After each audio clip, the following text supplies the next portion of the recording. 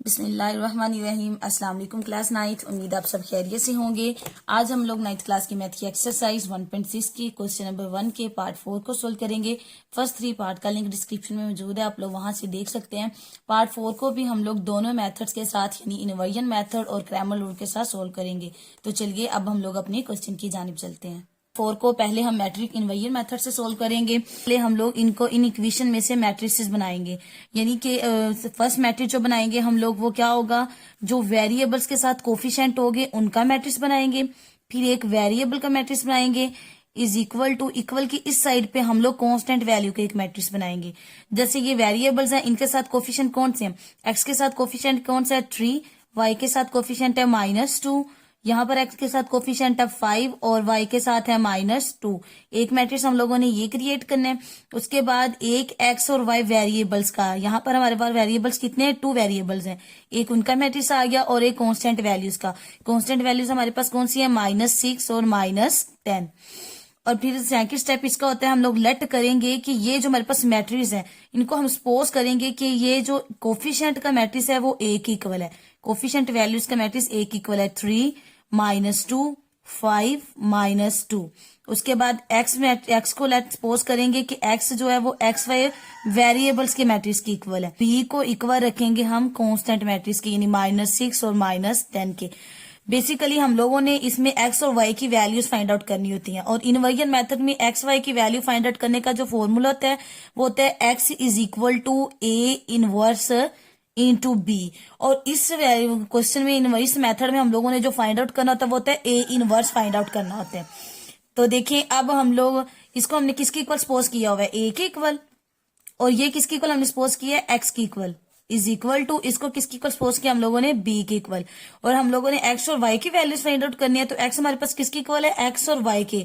तो x को इस साइड पे रहने देंगे और ये जो a है वो इस साइड पे मल्टीप्लाई हो रहा है ना x के साथ, तो दूसरी साइड पे क्या हो जाएगा, डिवाइड हो जाएगा। यानी ये जो x है हमारे पास वो किसके इक्वल आ जाएगा, a inverse into b। Okay हो गया, तो यही फॉर्मूला क्रिएट हो गया हमारे पास।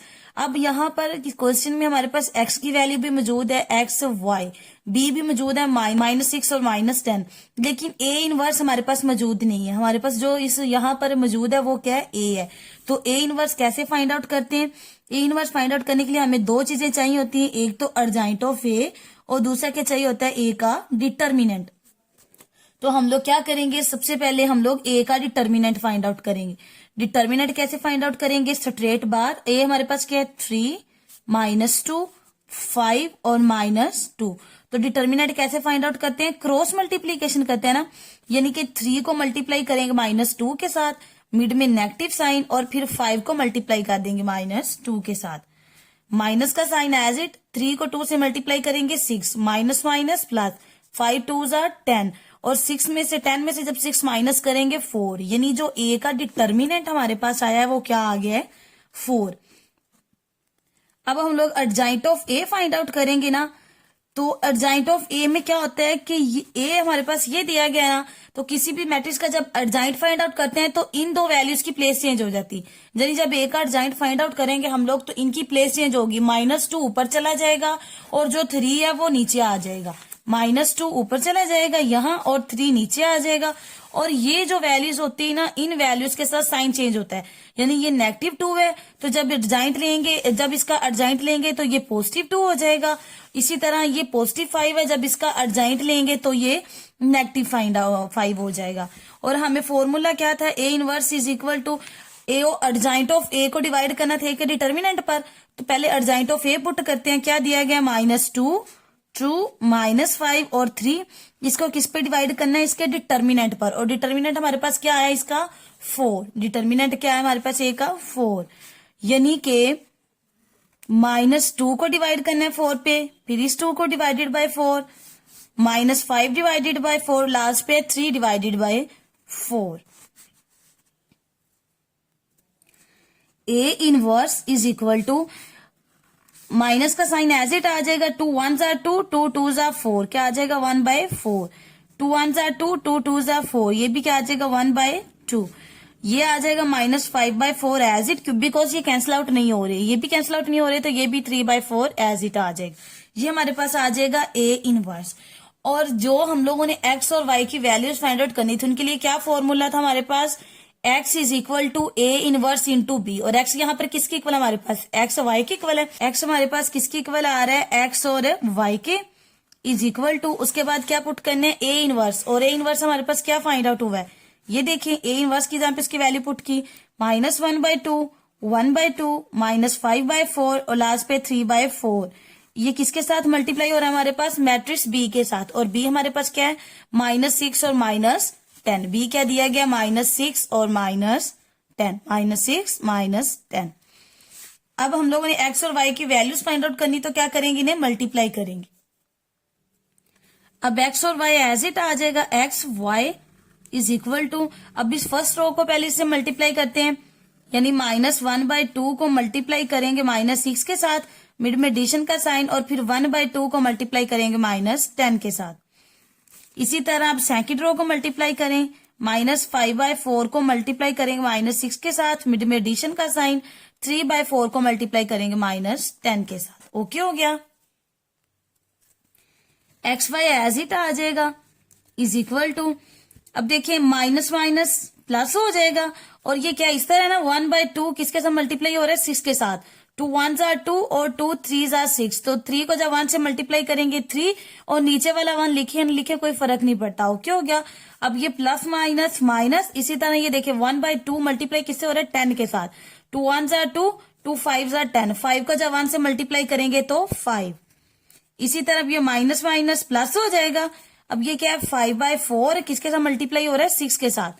2 2s are 4 और 2 3s are 6, 5 को 3 से मल्टीप्लाई करें 15 डिवाइडेड बाय क्या आ रहा है हमारे पास, 2, प्लस माइनस माइनस, ये क्या है हमारे पास है, ये है 3/4 किसके साथ मल्टीप्लाई हो रहा है, 10 के साथ।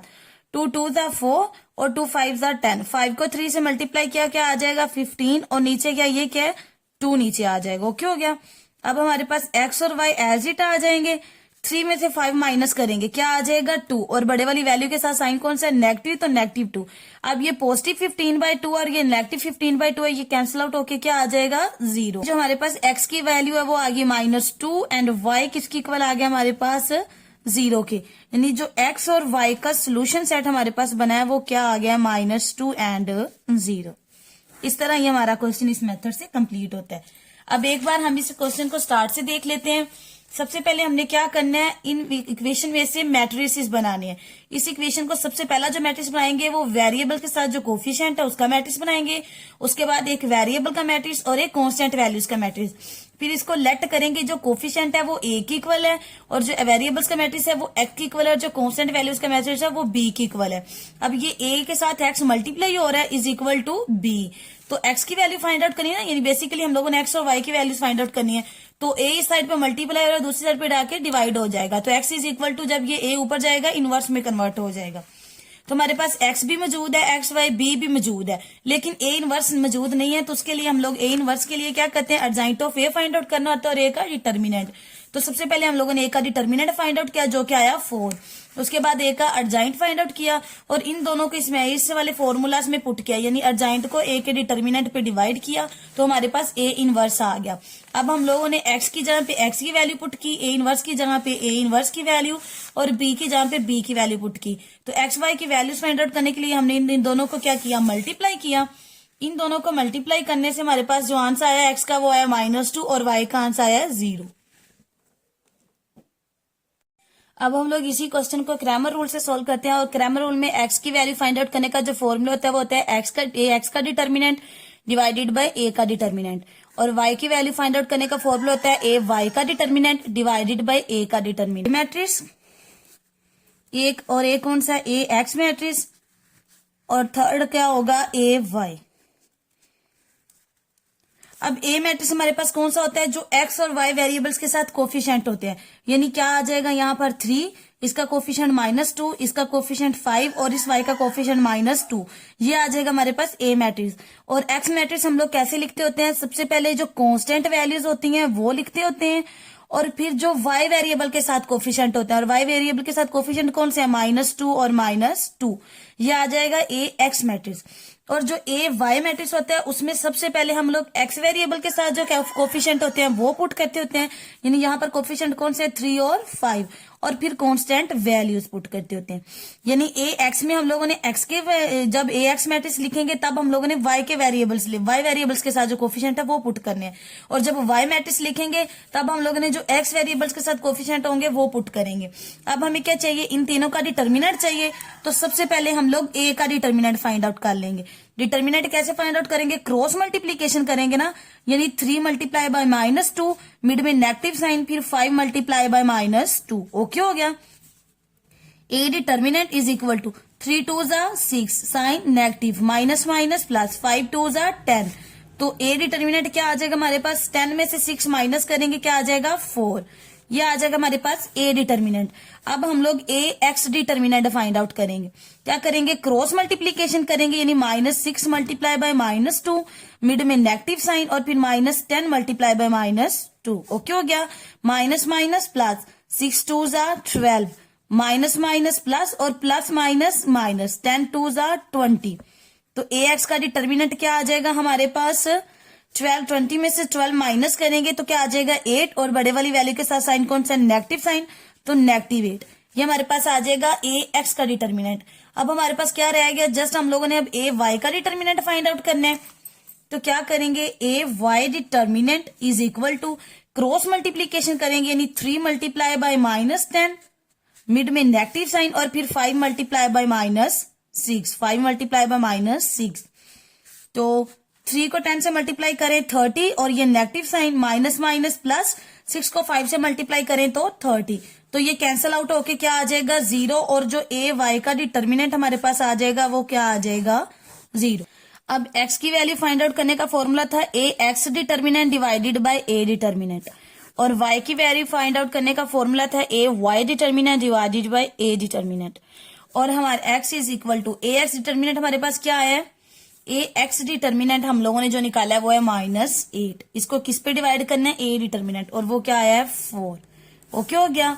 तो 4 1 4 और 4 2 8। तो x is equal to, x किसकी इक्वल आ जाएगा हमारे पास, देखिए ए एक्स का डिटर्मिनेंट हमारे पास है -8, और ए का डिटर्मिनेंट हमारे पास 4 है। तो 4 1 4 और 4 2 8। तो x किसकी इक्वल आ जाएगा -2 के। y is equal to A Y determinant हम लोगों ने निकाला है 0, और ए डिटर्मिनेंट क्या है 4।